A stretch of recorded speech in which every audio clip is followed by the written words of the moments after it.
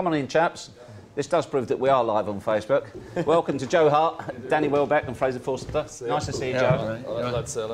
You're right. All right, nice to meet you. Nice to see you, Danny. Nice to see you, Fraser, as well. Take a seat, chaps. Thank you. Now, facing questions from fans, is that easier than taking questions from journalists? Depends. Depends if there are fans or not.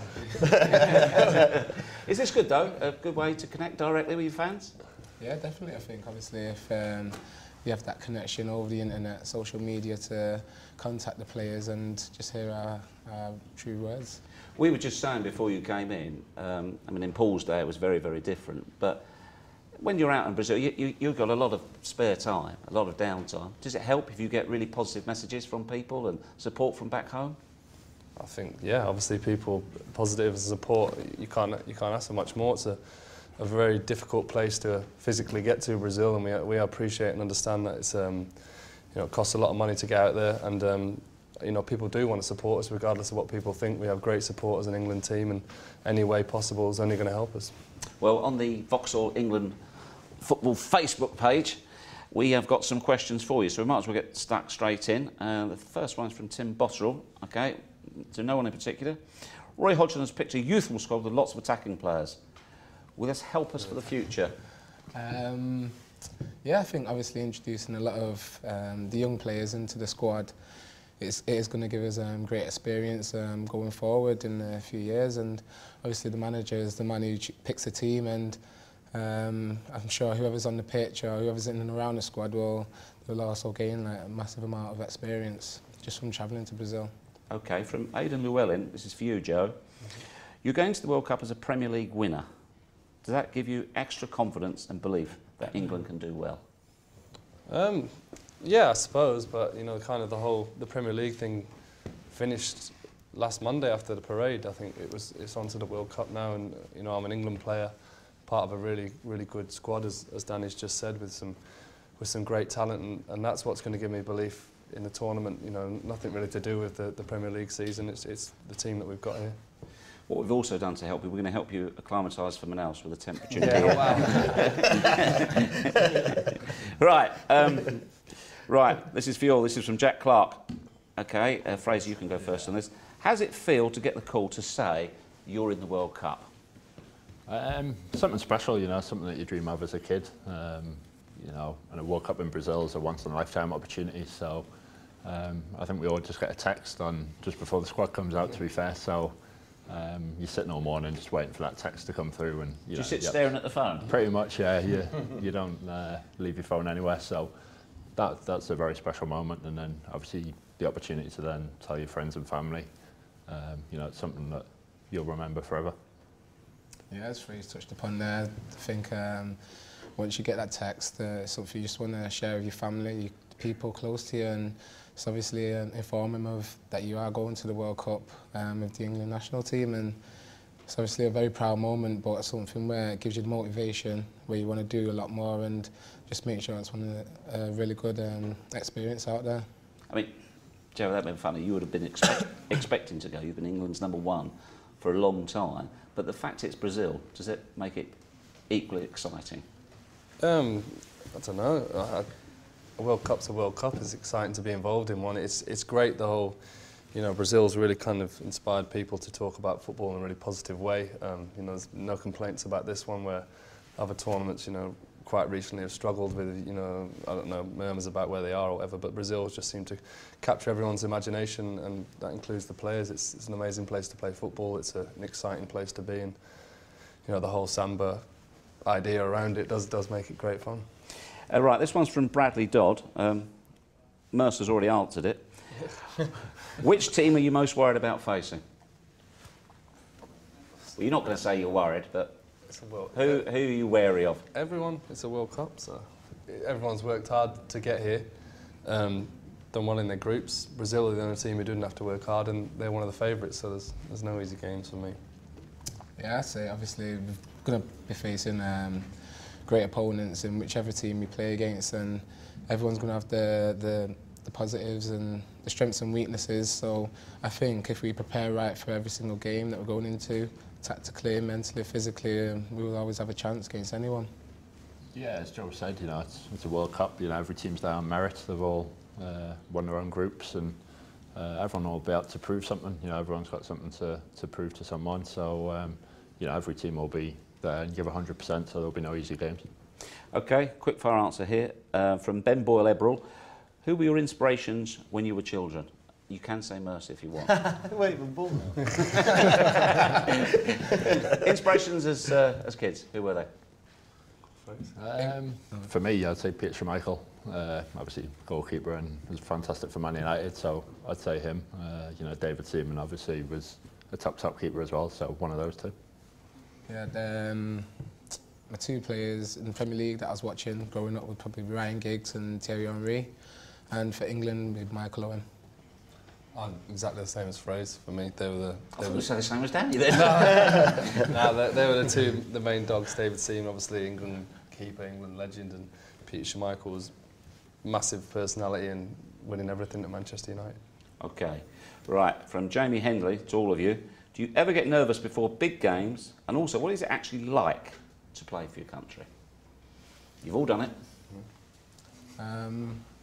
Nervous. Do you actually get nervous anymore? No, I think you've really just got to take it in your stride now. And like growing up at United Academy, I always got told you've got to play the game and not the occasion. And no matter where you're going to be playing, it's just going to be it's just going to be a normal football match. And it's two teams, 11 against 11, and a football on the pitch, and just go out and do your stuff. Yeah, it's excitement for me. I think it's a strange feeling that, you know, associate nervous with being worried and scared, but there's a different kind of nervous, which is the anticipation, the build up for games, and, you know, that feeling in your stomach, and it's excitement for me.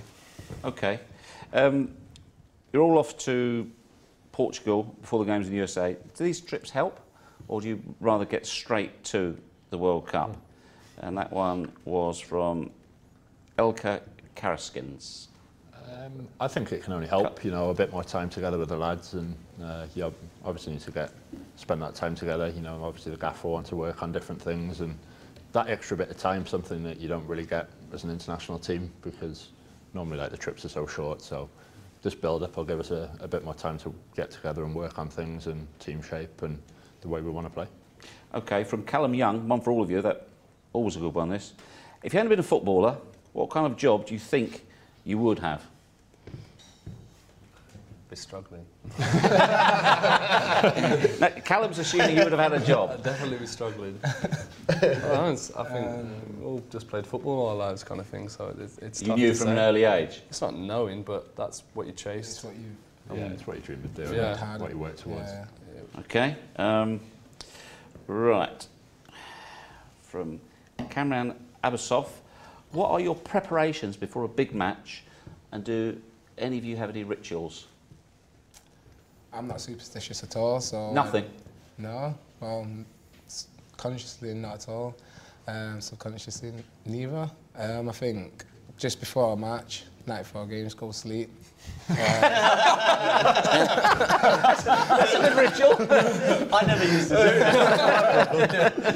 Go sleep, wake up in the morning, pre-match, and if it's a late night, like a night kick-off, I'd probably try and get another sleep in before that, but leading up to a match in the change room, I've not really got any superstitions at all. No, I'm pretty Come on, basic. goalkeepers must be superstitious. No, well, I don't. Yeah, I think like Welbeck Do you put your left boot on first, then you're right? Anything like that at all? No, just I might, like Welbeck said, consciously no. So maybe if someone watched me, I might do the same things, but I'm not doing it on purpose. I think it's more kind of habits. You're just getting kind of the same routine of doing the same kind of things rather than so you don't want to change your superstitions. routine. Yeah, I think you're just getting that kind of conscious routine that you always do, and that just becomes standard, I think. Were you superstitious, Merce? I used to put my socks on, take them off and put them back on again. Did that help? I don't know if that's superstition or just madness. I don't know. And when I look back now, I think it was just madness. Okay, from Sam Raybold, Danny, do you have any goal targets, i.e. 3 goals or something? Targets to get on the pitch first. Yeah, so once I'm on the pitch, I'll be looking to score some goals, and yeah, I've not set like a strict target at the moment, and I'm just really looking forward to the game and really exciting times, and I'm just looking to prove to everyone what I can do. Okay, and he also wants to know whether or not you have a particular routine when you prepare for a match, Joe. No, not really, no. Well, I've got a warm-up that I do, I suppose, every game. That's an answer, but other than that, no, I've not got a great deal to offer.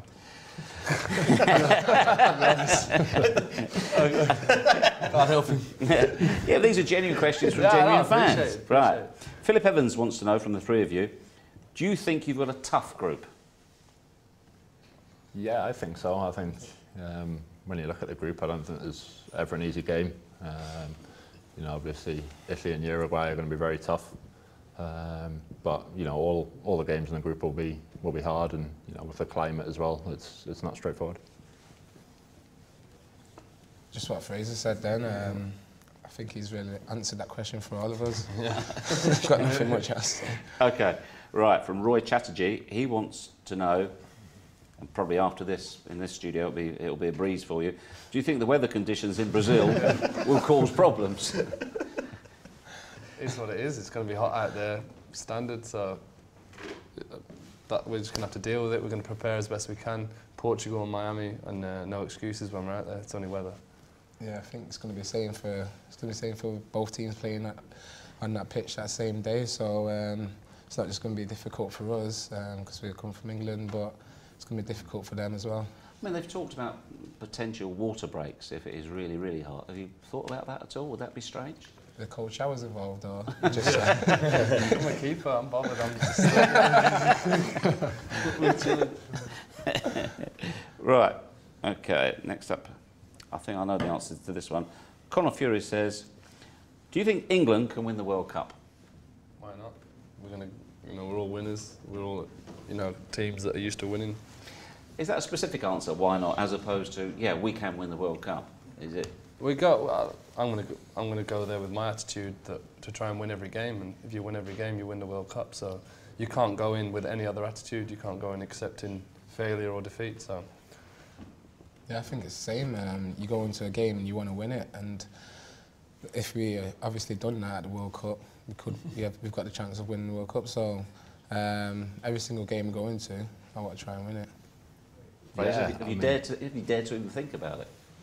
I mean, going into the World Cup, you've got to believe that you can win every game. I think it's important to take every game, as it comes, and don't look too far ahead. But, you can't go with any other mindset other than being 100% positive and go into each game wanting to win it.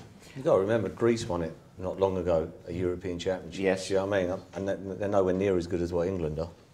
Okay, very last question for all three of you. This is from a gentleman called Mark Stringfellow. He wants to know, how excited are you for the future of the England team? Are you coming to the club on Monday? Giving the amazing crop of young talent we have now, because it's very much a young squad. How excited are you? It's great. All picked on merit, all playing well for their respective teams.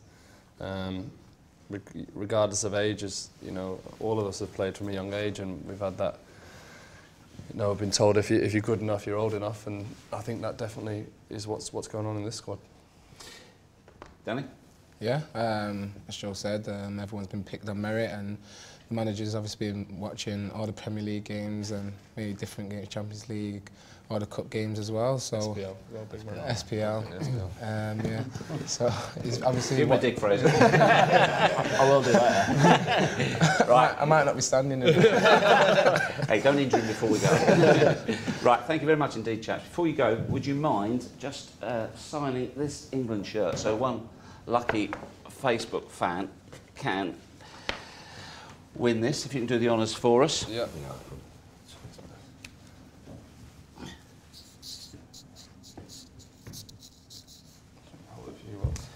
Of course, if you want to win this England shirt signed by our legend, and I'd like you to sign it as well, Paul, 21 caps and 3 goals, you deserve to be on there, by Danny Welbeck, Fraser Forster and Joe Hart. Post your comment below the live stream and a good luck message to the boys, and one lucky winner will be selected. Right, so all it leaves for me is to say thank you very much indeed to Paul, to Joe, to Danny and to Fraser. And if you want to stay in touch with the boys, of course, make sure you're across the Vauxhall England Facebook page throughout the World Cup, where you can send the boys all of your messages. Thank you and good evening to you.